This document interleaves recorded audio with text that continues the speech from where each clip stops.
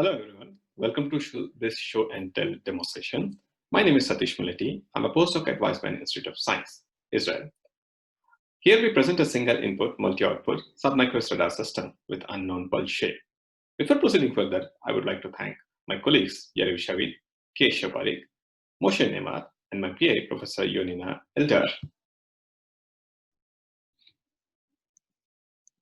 Radar is a detection and ranging system where a radio frequency pulse is transmitted and get reflected from the targets. And the target's range is estimated from the received signal. In this case, high range resolution estimation requires large bandwidth of the transmit pulse, which results in a higher sampling rate at the receiver end. High rate analog to digital converters are very expensive and requires large amount of power to operate. This limits application of high-rate ADCs or high-range resolution radars to the cases where the cost and power resources are limited. To circumvent this issue, sub-Nyquist radar systems are proposed that operates at very low rate. These sub-Nyquist radar systems consider the signal model for the sampling and reconstruction, and with the knowledge of the transmit pulse, we can estimate the range of the targets from the sub-Nyquist samples. However, in practice, the transmit pulse get distorted while transmission and may not be known a priori. In this case, sub-Nyquist radar systems may not be applicable. We propose a single input multi-output radar system in the unknown pulse case. Specifically, we assume that there is a single transmitter and multiple receivers. The signal model in this case is given through this equation.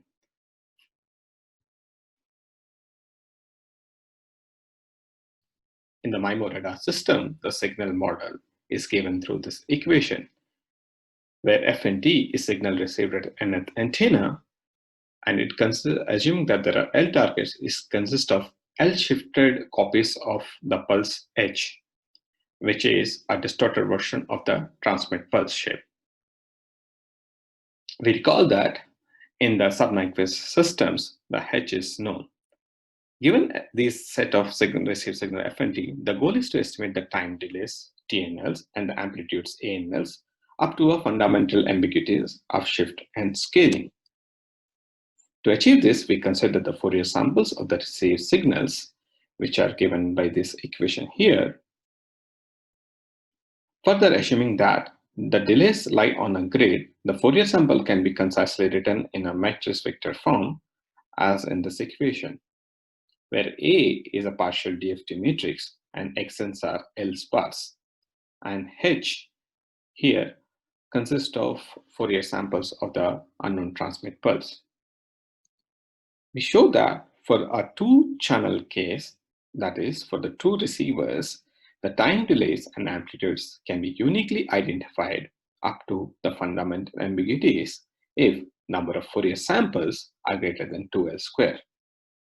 These Fourier samples, in turn, can be computed efficiently from low-rate sample by using a sub-Nyquist method such as sampling. In this demo, we apply SIMO radar system with sub-Nyquist sampling to compute the Fourier samples using a low-pass filter. We show that there will be a 10 times reduction in the sampling rate compared to the Nyquist rate. Here is the schematic of the hardware setup, where we consider one transmitter and two receivers. We consider a signal generator to send our transmit pulse to a target generator, which consists of a vector signal generator with the delay capabilities. Once delays are introduced to transmit pulse, that acts as a receive signal. The receive signal is processed through two different channels, where each channel corresponds to two receive antennas. In each of these receive antennas, we consider both Nyquist as well as sub-Nyquist sample for our comparisons. Once the signals are sampled and received, they are sent to a graphical processing interface in the PC, where we apply alternate minimization approaches. to estimate the time delays. We next present a video showing our entire setup and explaining the hardware in details.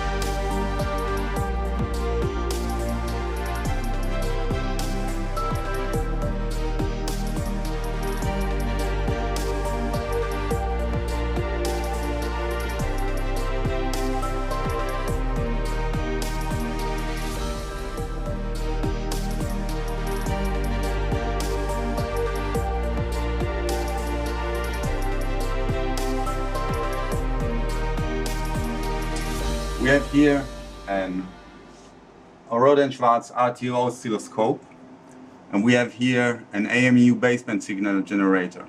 The AMU baseband signal generator and fading simulator will act as a target simulator.